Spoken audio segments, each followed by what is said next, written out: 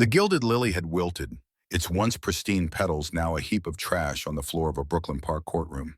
The harsh, unflattering glow of the studio lights beat down on the mahogany veneer of the bench, a faux grandeur that belied the gritty human drama unfolding before it.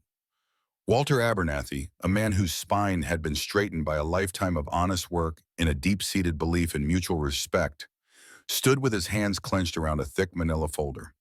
He was a small-town landlord, not a litigator, and the fluorescent glare seemed to strip away his last vestiges of hope.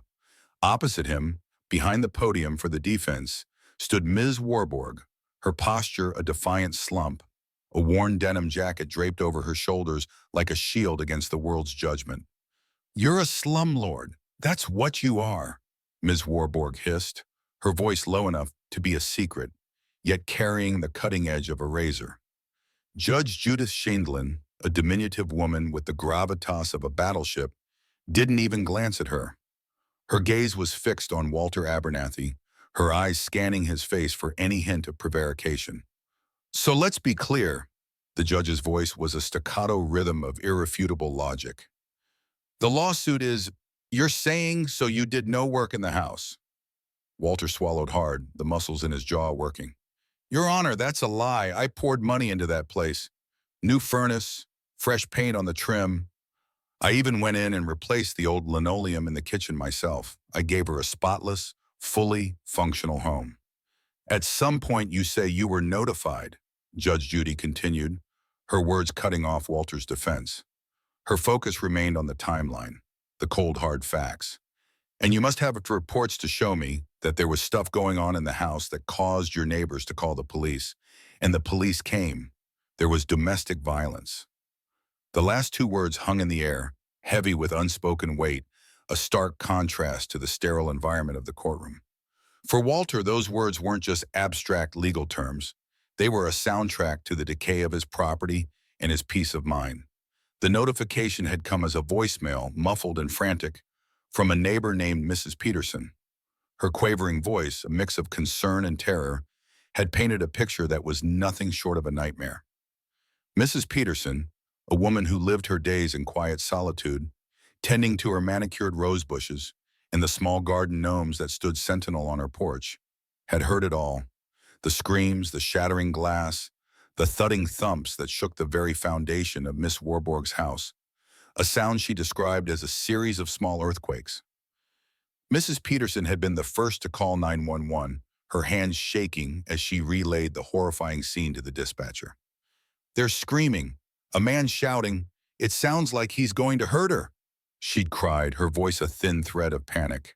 When the Brooklyn Park Police Department patrol car, its lights a silent, rotating ballet of blue and red, pulled up to the house on Elm Street, the chaos had already subsided into a tense, volatile quiet. The responding officer, Officer Davis, a young man with a weary expression and a name tag that read Davis, had found the front door ajar. Inside, the scene was one of utter disarray. Furniture was overturned, a table lamp lay shattered on the floor, and a large kitchen pot was dented and flung into the corner. He found Mariah, Ms. Warburg's teenage daughter, huddled on the top step of the stairs, her face pale and streaked with tears. Ms. Warburg was on the couch holding a pack of ice to a swelling bruise on her cheek, while her boyfriend, a wiry tattooed man named Pixley, paced the living room, spouting denials and threats in equal measure. Officer Davis had to separate them, file a report, and warn Pixley that any further incidents would result in a domestic assault charge and a restraining order. Walter Abernathy had only learned about it all later, after the police had left and the silence had settled like a shroud. Walter had driven to the house the next morning, a feeling of dread coiling in his stomach. The sight that greeted him wasn't just a house in disarray, it was an active crime scene of neglect. The once pristine lawn was a wasteland of discarded junk.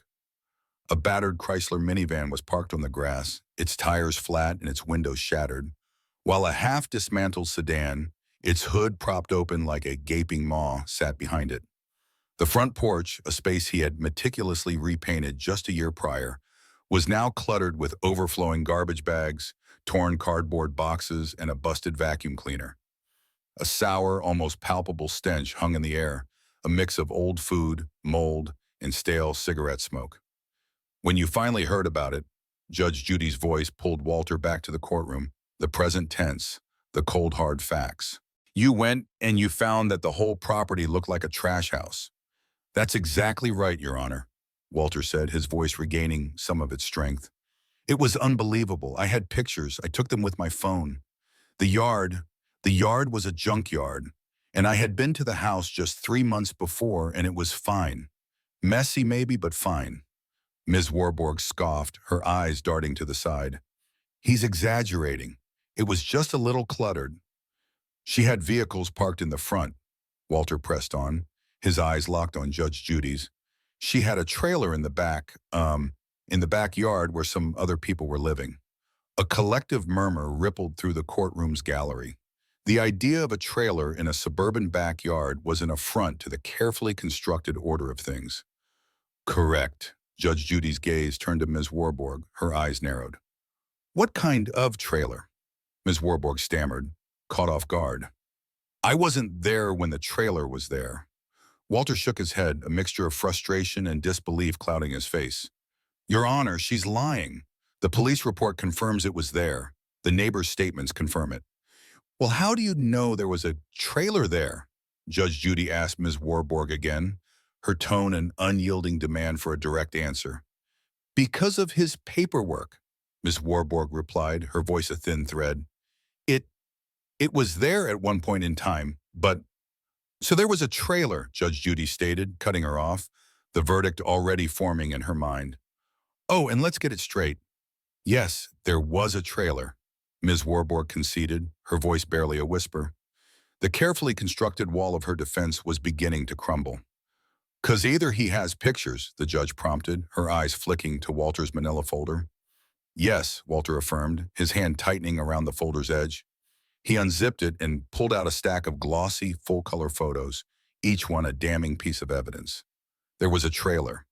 The first photo was a wide shot, taken from the street. It showed the full, horrifying scope of the property, the junked cars, the overgrown grass, and the general state of rot. The second showed the back of the house, where a beat-up silver trailer, its paint peeling and a makeshift awning sagging over its entrance, was parked precariously beside a fence. Another photo showed the inside of the trailer, the window revealing a cluttered mess of blankets and what looked like a propane tank. This was more than just a home, it was a compound. Ms. Warburg looked away from the photos, her face a mask of shame and denial. But it wasn't just the vehicles and the junk that painted the picture of a trashed property. Inside the house, which Walter had been allowed to briefly enter with the police officer present, the scene was even worse. The floorboards were stained with grime, the kitchen cabinets were coated in a sticky film, and the smell of rot was overwhelming. In the living room, a large hole had been kicked through the drywall, a perfect circle of destruction that had not been there during his last visit. The eviction notice, which he had mailed to her just days after his visit, citing violations of the lease agreement, had been met with a lawsuit claiming he was a negligent landlord who had allowed the house to fall into disrepair. The audacity of it all was what had landed them in this courtroom. The accusation had been a slap in the face. He hadn't been negligent. He had been a victim of a tenant who had no respect for his property or her neighbors. He looked at Miss Warburg again, and for a moment, he saw not a villain, but a woman trapped. A woman living under the thumb of a man who was clearly trouble. A woman who had let her life and her home spiral out of control. Was this her fault? Or was she just a casualty of Pixley's chaotic lifestyle? The question was a fleeting one, lost in the swell of his anger and the financial burden the property had become. He had to think about his family, the college fund for his own son. He couldn't afford to be a bleeding heart. Judge Judy took the photos from him, her brow furrowed in a deep, unimpressed frown. She flipped through them, each one a testament to the destruction. She paused at a picture of a large, muddy stain on the living room carpet, a blotch so dark it looked like a small pool of blood. She didn't say anything. She just looked at it for a long, quiet moment, her face a stone-cold mask of professional disgust. Then she looked up, her gaze shifting between Walter and Ms. Warburg. The silence in the room grew, a heavy, suffocating pressure. The question wasn't just about the trailer anymore. It was about everything, about the domestic violence, about the neglect, about the truth. And she had the pictures. The proof was in her hands and it was irrefutable. The courtroom air, already thick with the weight of shattered lives and broken promises, seemed to grow heavy with the finality of Judge Judy's question. The truth about Pixley's medication, revealed by a cold and official police report, was the final devastating piece of the puzzle. It explained the rage, the violence, the utter chaos that had consumed the Brooklyn Park home. Ms. Warburg, her face a mask of weary defeat, had nothing left to hide. She had run out of lies, and now, with the truth laid bare, she could only offer one last, pathetic defense. "Is that correct?" Judge Judy asked, her voice an unyielding demand for confirmation. "And he did some damage inside the house." Ms. Warburg's shoulders slumped, a visible sign of her final surrender. "No, he spit on the floor." The words were a whisper, an absurd attempt to minimize the destruction. She didn't acknowledge the shattered glass, the hole in the wall, the muddy stains. In her mind, the damage was contained, a minor inconvenience that could be easily overlooked. Mm-hmm, the judge replied, a flicker of disdain in her eyes. "He didn't, break anything." Walter Abernathy felt a surge of indignation. "According to the police report, he began, but the judge's hand went up, a signal for him to remain silent. "I'm not talking to you yet. Don't—" Judge Judy's attention returned to Ms. Warburg. She was a woman who was determined to expose every single lie, every single contradiction. "And your daughter had gotten into a verbal argument with the same boyfriend back in May?" "No, that was her boyfriend," Ms. Warburg corrected, a new layer of confusion added to the already convoluted story. "Oh, that's a different person?" Right. The revelation was a hammer blow. The house wasn't just a place of domestic violence between Ms. Warburg and Pixley. It was a multi-generational theater of conflict and dysfunction. The judge's next question, however, was the one that truly drove a stake through the heart of the matter. "Your daughter has a drug problem?" The words hung in the air, a devastating admission. Ms. Warburg's face crumpled. "Yes, she does." The courtroom went silent. The case was no longer just about an eviction. It was about the toxic environment that had been allowed to fester in the home, the very environment that had led to its destruction. Walter had known Mariah had her own struggles, but he hadn't known the extent of them. Ms. Warburg's admission was a confession of her own failure, not just as a tenant, but as a mother and guardian. "Boyfriend too?" Judge Judy asked, pressing for more information. No. "He does not?" "No, he does. He's clean and sober." Ms. Warburg's lie was instantly exposed by Walter. "Your Honor, I have evidence that he OD'd." The moment was so brief, so fast that it was nearly missed. Walter hadn't wanted to reveal this, but her continued deception was too much to bear. A new level of tragedy had been revealed. The daughter's boyfriend wasn't clean and sober. He had nearly died from an overdose. The house had become a flophouse, a place of danger and despair. And Ms. Warburg, for all her claims of innocence, was the one who had allowed it to happen. The judge, her face a perfect mixture of professional detachment and quiet disgust, returned to the narrative. "We're talking about her daughter's boyfriend. Kathleen was the same person." "Right. She also called police on the 19th? "That's the same day." "Same date. Then again on July 23rd? Ms. Warburg's head snapped up, a flicker of genuine confusion on her face. "I believe that was Julie had called the police that day. She was trying to remember the specifics, to keep track of her lies. But the events were a blur of one police call after another. And that was about Mariah's boyfriend, and he had shown up." "Was your daughter's boyfriend staying at the house?" Judge Judy asked, cutting to the chase. "No, he was not. Not at that time." "But your daughter was?" Ms. Warburg's voice dropped to a near whisper. "No, my daughter wasn't either. I had custody of their kids at that time." The air went out of the room. This was the final devastating blow. The house on Elm Street, the one that had been filled with domestic violence, drug addiction, and chaos, was a home to two small children. Walter Abernathy, who had been focused on the property damage and the financial loss, now saw the human cost. He had not just been protecting a piece of property. He had been a silent witness to a living situation that was actively harming two innocent children. The police reports, the trailer, the broken windows. It was all a symptom of a larger, more tragic problem. Her kids? The judge asked, a note of disbelief in her voice. Mariah's, my daughter's children, my grandchildren, Ms. Warburg confirmed, a final public admission of the truth. How old are they? 2 and 5. You have them through the foster care system? I did. The words hung in the air, a monument to a complete and utter failure. This was not a case of a bad tenant, it was a tragedy. A woman had been given the responsibility to care for two vulnerable children, and she had allowed her home to become a cesspool of addiction and violence. Walter Abernathy's mind flashed back to his first phone call with Officer Blake. He had mentioned Mariah, the daughter on the stairs. He had not mentioned the grandchildren. This was a detail that had been carefully hidden, a secret that had finally come to light. So what was she doing in the house? Judge Judy asked. She wasn't there. She was in your house. What date was that? The judge, sensing Ms. Warburg's desperate attempt to confuse the timeline, cut to the chase. Whatever date it was, what was she doing in the house? Ms. Warburg finally gave up. No, in the beginning she was allowed there. It was after she didn't show up to court, and I believe that was in July or August. I was in August, and then she wasn't allowed there. But they were allowed to see the kids, both her and Philip were. Philip's got custody of the children now. The name Philip was the final piece of this tragic puzzle. He was the father of the children, the one who had nearly died from an overdose. And yet, in a final twist of fate, he had done what was necessary to get his children back. The system had worked.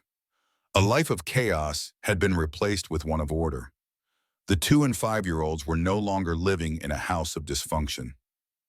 Who does? Judge Judy asked, a look of profound satisfaction on her face. The father, the dad, he got them back. He did everything he had to.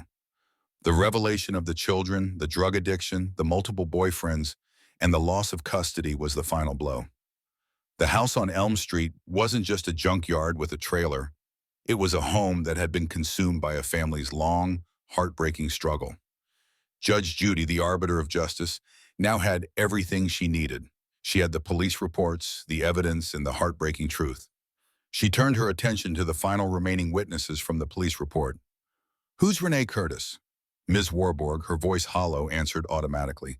She's one of the ones that put the trailer in the backyard. And Tyler is her boyfriend? Yes. And he was also in the trailer? He wasn't there that time. But he had been in the trailer? He had been, yeah. The chain was complete. The evidence was irrefutable. The trailer, the violence, the drugs, the police reports, and the children, it was all connected. Walter Abernathy's case was not just valid, it was a moral imperative. Judge Judy looked at Walter one last time, a look of quiet admiration in her eyes. So based on these reports, you moved to evict her? Yes, ma'am. Great, I would too. The words were a verdict, but they were also a vindication. They were a statement that Walter had done the right thing, that any person with a modicum of decency would have done the same. The case was over. Walter Abernathy had won. The court had upheld his right to evict a tenant who had destroyed his property and endangered the lives of her own grandchildren. Ms. Warburg stood there, alone and defeated. Her lies had come to nothing. Her pleas for mercy had been drowned out by the facts. She had lost her home, her credibility, and most importantly, she had lost the very children she had been entrusted to protect. The gavel came down, a final thunderous punctuation mark on the end of a long, painful story. The verdict was final. Justice had been served. Anybody would, Walter murmured, a quiet plea to the universe. Judge Judy, already moving on to the next case, barely glanced his way. You're gonna have to help me. I would too.